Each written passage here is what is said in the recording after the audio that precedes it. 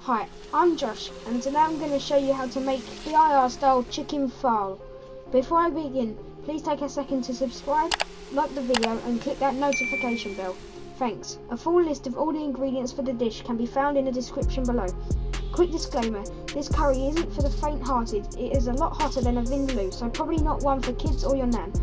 Oh, and make sure you have a bathroom in your house free. You are going to need that.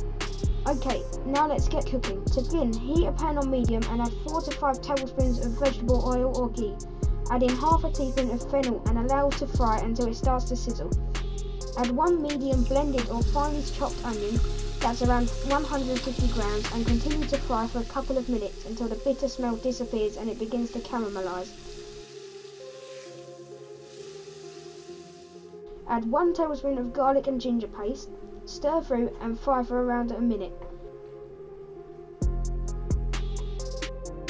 Now it's time for the spices, so turn up the heat to max and add in 2 tablespoons of tomato puree mixed with 6 tablespoons of water, 1 teaspoon of mixed powder, half a teaspoon of salt, 2 tablespoons of hot chili powder, 2 teaspoons of chili flakes and half a teaspoon of dry methi leaves.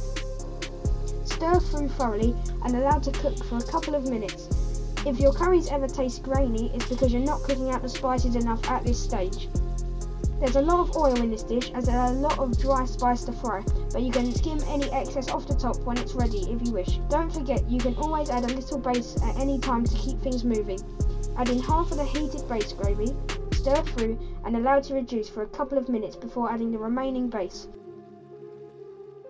After a further couple of minutes, reduce the heat slightly as it tends to spit a lot at this stage. Add a quarter of a teaspoon of garam masala, 1 teaspoon of sugar, a squeeze of lemon and a small handful of fresh chopped coriander and stir through well. Don't do what I done and drop in the lemon. Add your choice of protein and coat to stop it drying out, and as we're making Phall, it's time to crank up the heat a little further, so add 2 generous teaspoons of Mr Naga pickle and a few fresh sliced chilies as well. Here I'm using 2 red bird's eye chilies and 2 green finger chilies along with their seeds. Allow to simmer until the oil separates, the meat is cooked through and the sauce is the consistency you require. Please remember to subscribe, like, hit the notification bell and check out this and many more recipes on my website at thecurrykid.co.uk.